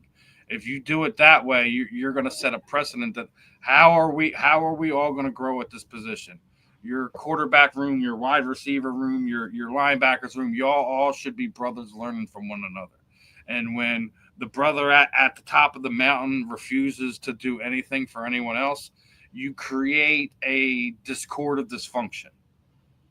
And that's just something he's just going to bring to Pittsburgh. I do feel bad for Mike Tomlin in that aspect. He has to deal with all these different personalities, attitudes, and everything else. He's got Aaron Rodgers. Now he's got DK Metcalf. At least we know DK Metcalf and George Pickens won't be fighting at practice. I mean, he just has a litany of things to deal with outside of running a football team, keeping everyone on the same page, and keeping them believing in what they're doing week to week, day to day. So George Pickens isn't in a better situation, but he's not leaving a good situation. But he has the possibility over his tenure there to hopefully see a regime change in some way, shape, or form. I highly doubt it. I think if we're all holding our breaths waiting for the Dallas Cowboys to become relevant again, we all might die of asphyxiation because it's just not happening. Until Jerry Jones leaves Dallas, They are going to be dysfunctional. No question about it. Yeah, no, well said. Number one, Jordan Love is somebody that wanted to be mentored by him. Number two, you're leaving one gangrene for another. The other thing is, prior of left for Eric Mangini, and obviously, we know Rodgers got Robert Saleh fired, but I think Robert Saleh will eventually get another head coaching job. It's just going to be a little bit more. He's a defensive coordinator somewhere right now. Yeah, but I see him I see him getting another opportunity somewhere, but I think he'll be able to pick his spot a lot better because I do believe that anybody that leaves the New York Jets deserves at least another chance. You know, I mean, I have with the Detroit Kellen Moore is the head coach in the NFL right now after being one of the offensive minds that helped Dak Prescott throw for 4,000 yards and then get stuck there in Seattle and still managed to get Justin Herbert looking like a halfway decent quarterback until his head explodes when he gets to the postseason. There's no way that Robert's not going to do a similar thing and within a year or two is a head coach somewhere else. I wouldn't be surprised you might see him in Arizona. You never know. I'm with you all the way. I don't think you've seen the last of Robert Saleh. All I'm saying, I agree. I think he's too good of a coach. Nobody wins in that environment. You saw what happened to the Jets after he left, right? That thing went downhill really quickly, especially with that defense. Everybody thought that defense, well, they lost a lot of games. It wasn't Saleh's fault, but he was the one who took the blame for it all. All right, well, but no, Stephen, I'm with you all the way on a lot of those points. Saleh's not done as head coach. Nobody's going to win the Jets. And good luck, Aaron Glenn, if you think you're going to try. I don't care about all this hype you're walking in there. I like their chances with some of the changes they've made, and I'm a Justin Fields guy, so I'm all right, but we'll save that for another night. I'm just trying to keep everything on point here. That Robert Saleh cannot be judged with what happened with the Jets. I think he'll get landed somewhere else. We'll just put a TBD on what you just talked about. We'll find out what happens. Yeah, with those we'll before. See. We'll see. That's why we do this every week, so we can have these TBDs and turn them into TOPICs, all topics. Okay. Excuse me. Sorry about that. Iceland is inside of my veins here. Last thing we're going to talk about, we're going to let Ben have the first lead on this, is Kenny Stabler. I told you the stats that got him in the Hall of Fame a little bit imbalanced. So we're not going to elaborate on that. We know it was 10 years ago that he passed away. Some thoughts about Kenny Stabler, Ben? I was back when I was a then Oakland Raider. You know, they had in 2008. Lane Kiffin was the head coach. You know, I ended up out there. They had like a reunion team, and Ken Stabler was there. Dave Casper was there, and you know, you felt so bad as a current player because when Ken Stabler, yes, he got more interceptions than he got touchdowns. He's also a Super Bowl champion, NFL Most Valuable Player, NFL Offensive Player of the Year, 2-time First Team All-Pro, 4-time Pro Bowler, 2-time. I mean, his stats is crazy. Won a national championship at Alabama, First Team All-Pro. Like, Ken Stabler is a proven winner. Right. The thing about Ken Stabler is he is the bona fide exception to the rule. People be thinking you can't put nobody in the Hall of Fame. He won a Super Bowl with John Madden and the freaking Raiders. When you start talking about the Raiders tradition, why Al Davis, right, and is who, you know, may he rest in peace as well. Ken Stabler, you talking about the Snake? Jake the Snake, the wrestler, actually took the Snake from Ken Stabler. And when you to be an Oakland Raider, to wear the silver and black, to meet guys like Ken Saban, meet guys like Dave Casper. I mean, that's prestigious. And I think sometimes, right, Ken Stabler is the greatest example of don't get caught up in the numbers. Like, why do we do that all the time? Your numbers being better than mine don't mean you better than me, and my numbers being worse than yours don't mean I'm better than you. But for Ken Stabler, look at the body of work. Just look at it. Look at what he did while he played. And I think, when I think about a guy like Ken Stabler, let me tell you something. There are certain quarterbacks, if they really judge it the way they're supposed to judge it, they're not getting in the Hall of Fame because their impact wasn't like a Ken Stabler. Ken Stabler, if he was alive, could walk in any room with any quarterback and people, oh, that's Ken Stabler right there. Yeah, man. That's like Joe Namath walking in a room. They don't got to have gaudy stats. I've never – listen, Bill Parcells said stats are like bikinis, man. They show you a lot, but not everything. It does not show you everything. So what I love the most about Ken Stabler was he did what mattered the most. He won. And that's what people are going to remember the most. And he was a hell of a player when he played. So he's known more for what he did with the Raiders than everywhere else. But I think that this is the one time the football writers, whoever vote, they got it right. With a guy like Ken, because they'll say, look, man, I remember watching him. Like the eye test matters, just like what you did on paper matters, but it's who you did it with. We won a Super Bowl with the Raiders, the Oakland Raiders. Yes, he played for my Houston Oilers. Yes, he played for the New Orleans Saints. But what did he do at his height? Oh, I was NFL MVP, Player of the Year, two-time first team All-Pro. You know what's crazy? And I said this. Ken Stabler was the NFL most valuable player in 1974, right? He was the first team All-Pro in 1974. You know why that's significant, Miss Candy and Steven and Scott? In the first time in NFL history, Josh Allen is the only second-team All-Pro to win the MVP. That's never happened in the history of football. Never. How can I be the MVP of the league? I'm not even the best quarterback in the league. I'm just saying. I'll never understand it. Kenny Stabler, 1974, most valuable player. 1974, first-team All-Pro. 2024, Josh Allen, second-team All-Pro, MVP. What?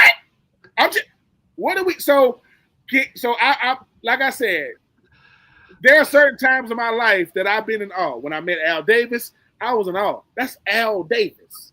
Right. Ken Stabler walk in the room and people yelling out, man, that's a snake.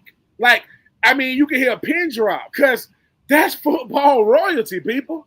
You got, so I'm just happy that when it comes to the football writers, I don't usually have a lot of good things to say about them, not because they can't write, they can't see. They can write, but some of the times they don't put guys in because of these personal feelings. What did you do? I'll say Ken Stabler, at his height, what is he? NFL MVP. At his height, he's the best player in the league. And he won a Super Bowl. And he did first team All-Pro twice. And like I said, I played for the Titans, that's cool. I played for the Bucks, that's cool. Man, I never got out there on the field, but for the silver and black, man, stop playing with me, man. I played for the Raiders.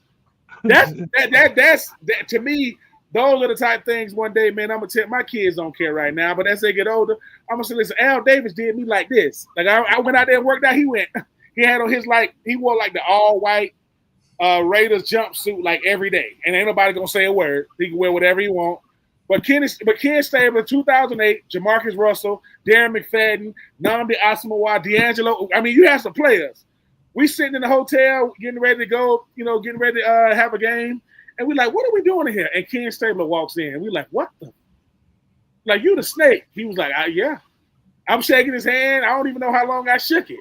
I said, dude, you him. So I have nothing but great things to say about Ken Stabler.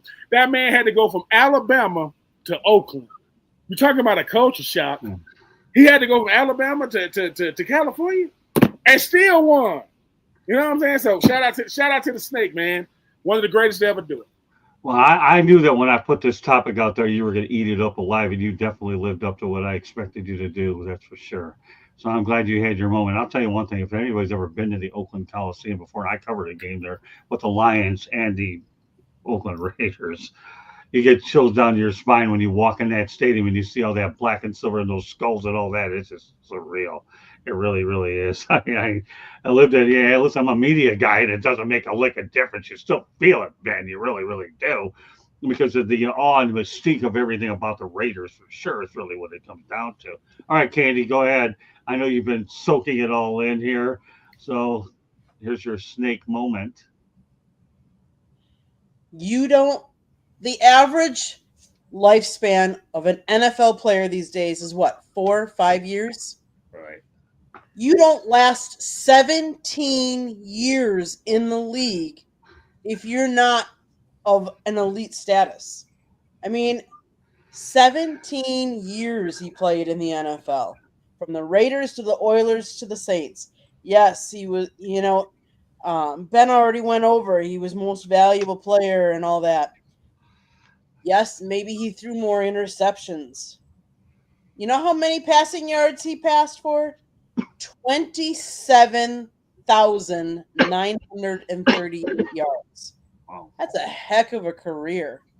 Like, I mean, and Stabler's 5 consecutive appearances in conference championship games from 73 to 77 remained a record for NFL quarterbacks for almost 40 years until Stabler's record was surpassed by Tom Brady in 2016, another Hall of Fame quarterback. Okay. There you go, Steven. Ben, you're wrong. The writers got it wrong because they waited till after he died to put him in the Hall of Fame. And That's a new thing, Steven. That like Pete Rose. What did we say about Pete Rose? While he was alive? Nope. The man ain't even barely in the ground. Oh, let's do what's right. That's cowardly stuff. Do it when a man is here, because what are we saying? Cheating? Oh man, he bet on baseball. Really? Seriously? Is that? I'm Well, just you saying. got the other really. Wait. If you're gonna do it right. Really, Seriously. What the hell going on? I'm just saying. No, I mean, no, do it again. I want an audio replay.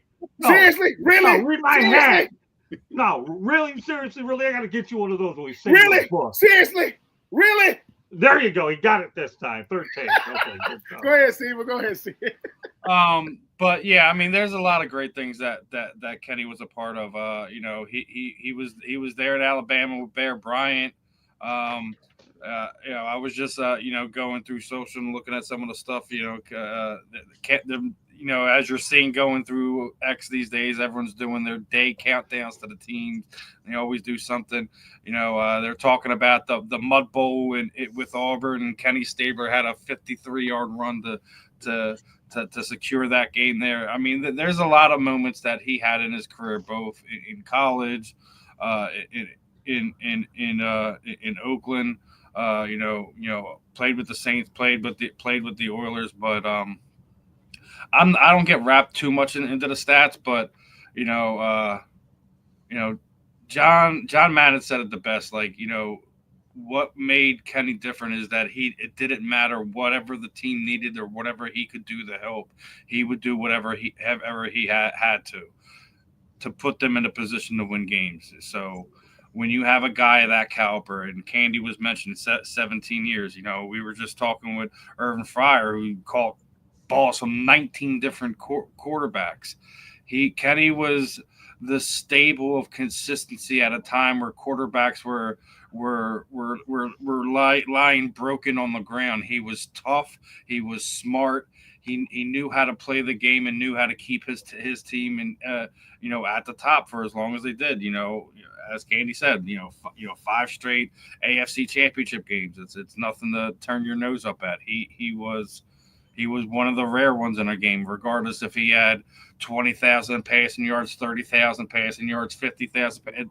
It didn't matter. It was a different game back then, from top to bottom. So the fact that he played 17 years with no rules to protect him, as consistent as he was for as long as he was, again, I'll go back to saying it. The writers always get it wrong, man. You should never wait till a man is gone to really show him he was appreciated by his peers. So I'll reiterate the fact that we need sports writers out of our Hall of Fame voting. All right, you know what? Stabler was a great man. Go ahead, Candy. I want to add one more point. He was selected in the second round in 1968, drafted by the Raiders. Do you know he was drafted to play baseball by the Yankees in 66, the Mets in 67, and the Houston Astros in 68 before he landed in football? They have a double Houston connection to the Oilers and that. Well, the one thing that I was waiting for everybody to mention that, although Steven, you came close to touching on it, this.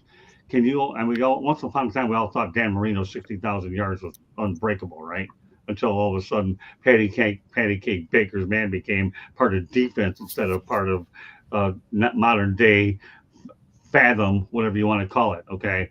Well, guess what? Can you imagine if those rules, if coverage were lax, how many more yards Kenny Stabler would have? Makes you wonder a little bit that 27,000 yards is nothing compared to what it would be in what they call the new NFL. Right? I'm leaving it at that. Great show tonight. Enjoyed having Mel on. And of course, Ben, I always love having you on. And I knew when I threw that Stabler topic, to really salivate, man. I know. I was waiting for him. I said, you know what? I got to put Stabler on there. I know this guy plays for the Raiders. I'm going to put a. I was waiting on this. I just had to wait to get back from Europe to do it to get Ben Troop. All right, what other Raiders stuff is he going to come up with? But Stabler, I hit him closer right to the feature chest. Right? Oh, that hurts me. I don't need to break my chest because there's no lot left to break of it anyway. But I knew you were going to salivate when I brought that. That's why I put it in as the last topic. And then you guys were smart enough to go out there and get the Kirk Cousins, so I don't have to bother with it on the next show because I have a bunch of Atlanta people in this place anyway. So. Get him out! Get him out! There you go. Get him out. You can take the first train out. What do they call that out in London? Candy, the underground subway? Is that what they call it? I don't even know what it is, but that's what they call it. Send with the underground subway in London. Yeah. But that's good. We're going to let everybody have an opportunity to get over. What a show it's been tonight. Hasn't it been entertaining, Ben?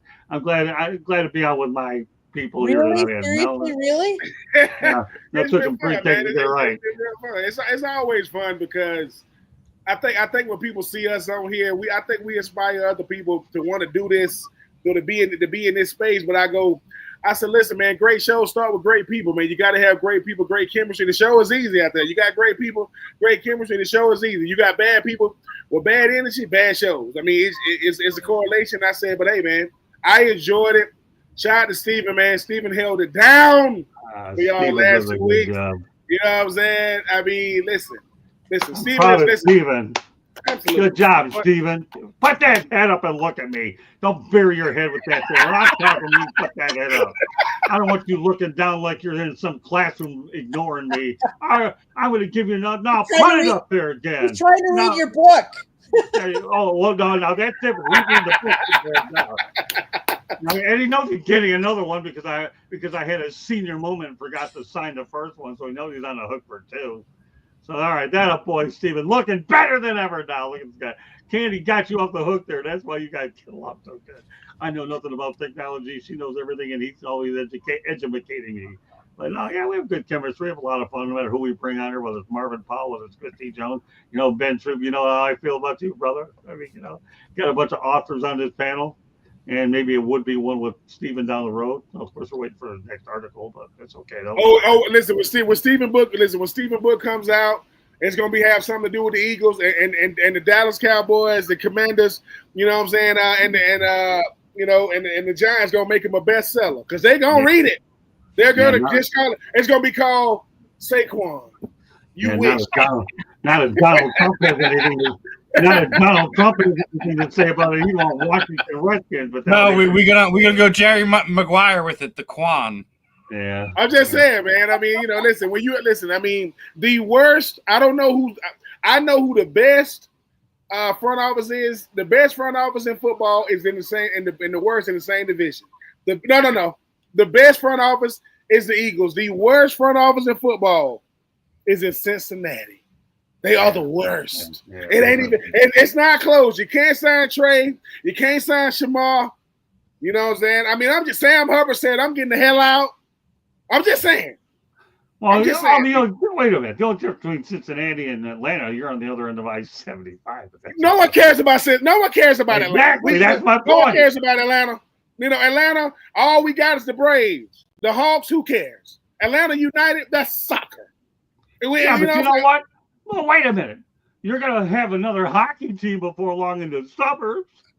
That's the And only by way the way- we go get championships is hockey and soccer. They're not coming in football and basketball. Well, that's probably true too. But I want to tell you, now that we're on a football show, now that you really let me go on this and I have another minute, I want to tell you something. I'm a fan of the Chelsea Lions out in UK because they have the same colors as the Detroit Lions, and I had some darn good videos out there with the Motor City Madmouth trying to do a little soccer play-by-play.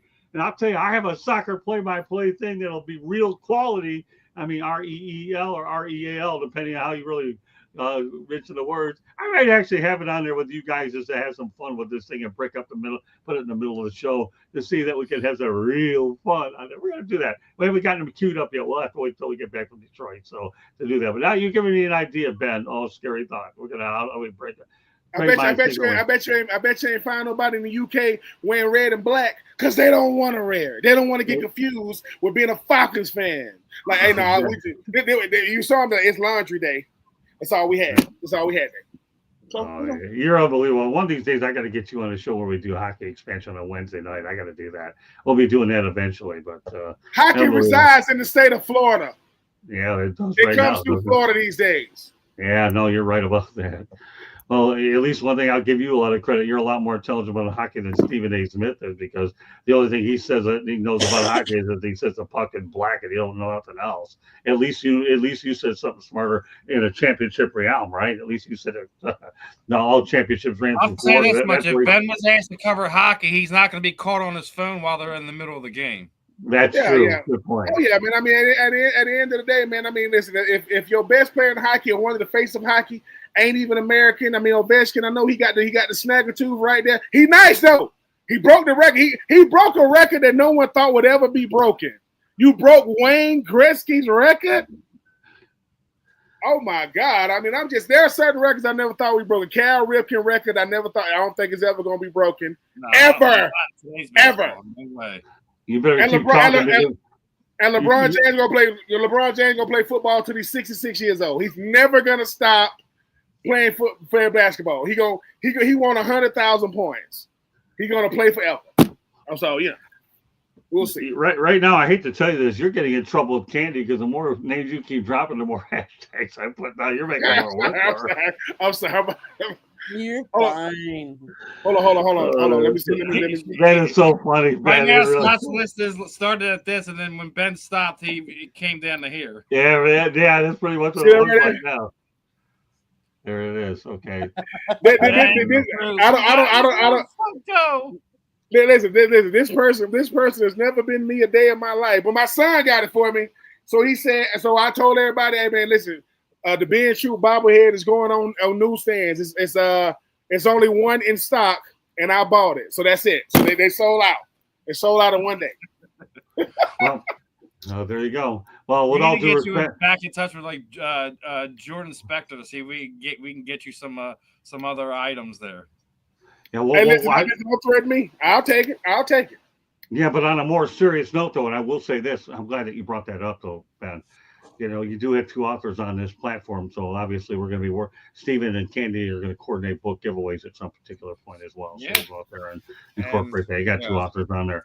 But that said, we got a few things for Ben. Ben has informed me that the mail has finally been caught. Yes, the worst mail people on the planet is in Atlanta. They are the worst. They You ask them stuff like, where my package at? They'll be like, you got a tracking number? I go, yeah. And they be nervous. Like, oh, you got a tracking number for real? Yes. Where's my package at, man? They be looking around like this. Man, I promise you we did it right. No, you didn't. But I told Steven his package should be there tomorrow in Philly, PA. So we, hopefully it gets there. Hopefully it gets there. Yeah, we got some fun stuff like you were already talking about. We got Ben's book. Ben has signed it, right? We got an autographed Ben Troop card. We're gonna have. We got a couple of things we're gonna have to do. So I don't know what Ben sent me. So we're gonna have some fun here on the South Florida Tribune. We're working book giveaways, autograph giveaways. Well, You well, you pull out my book anyways, so you get out of the doghouse and actually make it look like you were reading it during the show instead of ignoring me. He was doing Yeah. AJ Brown. He was doing his best AJ Brown impression. He was reading I don't think, I on the show. I don't think he's in the doghouse, but I don't know what he was looking. I wonder if my book is in there. At least some of the people to get away with that. Look, I'm just kidding. your book's on the nightstand over there. Oh, it is. Okay. I'm waiting for it to get in your hands instead, but okay. That's funny. That's all right. He'll be in the next. Both of you, all you guys are both going to be in the next one anyway, so it's a difference. So doesn't make it. But we have a lot of good stuff lined up, as Steven said, on South Florida Tribune Broadcasting. Yeah, like I said, we got a bunch of giveaways lined up. So make sure everyone likes, subscribes, shares, comments. You know, obviously while we're in the chat's great, but even if you catch the show after the fact, you know, Right. leave a comment. Tag us. Let us know that you're enjoying our shenanigans here on the South Florida Tribune. You know, inside the pigskin. You know, fired up, 108 stitches. You know, the fan in the end, the real and the rare. You know, wherever you happen to catch us from, let us know. So we know who our loyal fans and supporters are. So we know when it's time to bless our followers, our listeners with some signed merch that we know where it's going to. Yeah. By the way, once again, I do want to special kudos to you, though, Stephen, Ben, both, especially since you're in front of me right now. Great job filling in as well. I know Marvin Powell is huge as well. And also JD Wyatt was also helpful from what I understand as well. So I want to give him a shout out as well. So all four of you were very helpful while we were actually out of the country. And it's always good to know that when you have people that are able to keep what you have going, this shows you how far this platform has really gone compared to where it's at now, and it's going to continue to grow because I have some thoroughbreds on this network, and I am so proud to continue to add more and more great people. Yeah, and we'll make more announcements as we continue to add more and more quality people. Go ahead, Stephen. We definitely, had help from everywhere. Ben pulled some extra shifts. Helped me out with Fired Up last Friday for 4th of July.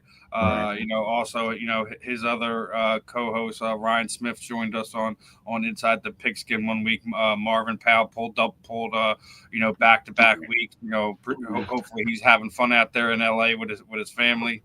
Right now, we'll have him back on in a few weeks, but yeah, it's looking forward to adding a few more things. As I've been talking to Ben, you might see his face on a new show on this platform at some point in time in the next. We're gonna make a mad. Well, this week, if it does come to pass, I'm not gonna reveal what the name of the show is gonna be until we get it all the way down. But you think people mad now, Scott? We about to piss people off. I'm talking about getting mad.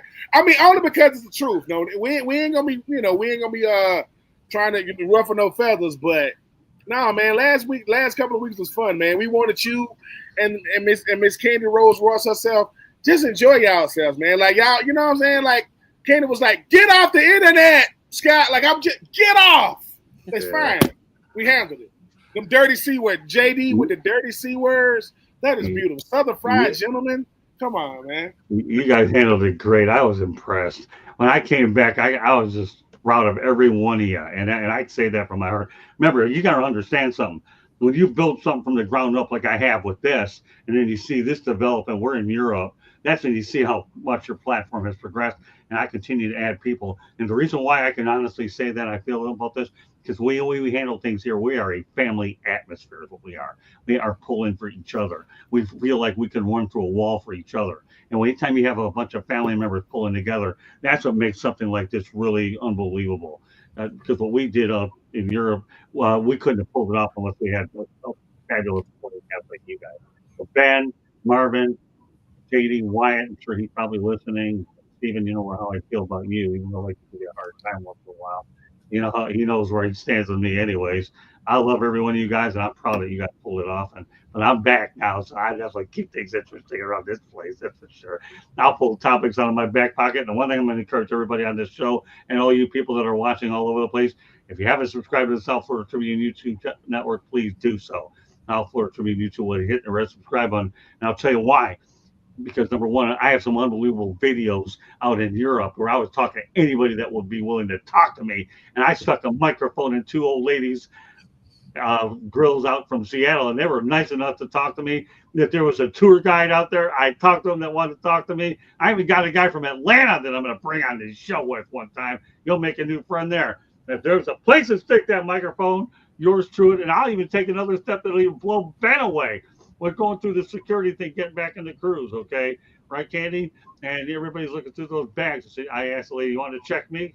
So I stuck the microphone right in front of her, and she backed up like it was something that was going to bite her. Boy, I knew I got her goat right then and there, boy. Stick that microphone, and that thing is like venom, baby. And since we're on the snake theme tonight, we're talking about Stabler. Of course, don't forget Jake Plummer was once upon a time with this state, but we won't get going there as we're running on the show. But with that said, Stephen, let everybody know to get a hold of you. Candy will wrap it up with a station break. Then Ben, you're going to follow Stephen. Oh, go ahead, Stephen. Again, my X handle is right underneath my name, right there. Steve Sports Talk 1. You can follow me Facebook, Instagram, YouTube. Just type my name in there. Pretty easy to follow me. Make sure you guys are locked in. We got a lot of fun stuff, and as we are officially now just about a month away, I have to let everyone know now. The Ricky Waters interview will be August 11th. We'll be dropping little teasers throughout the month from now until the 11th. So make sure you guys are locked in for that. We have a lot of fun stuff coming on. Working on some unique different interviews. As I already said last night, we're gonna have a couple former Vinnies, a couple former professional athletes named Vinny on the platform at some point in time between now and the beginning of August. We're going to continue to grow. We're going to continue to have fun. Make sure you guys are locked in, my friends. Okay, Ben, please let everybody know how they go here, my friend.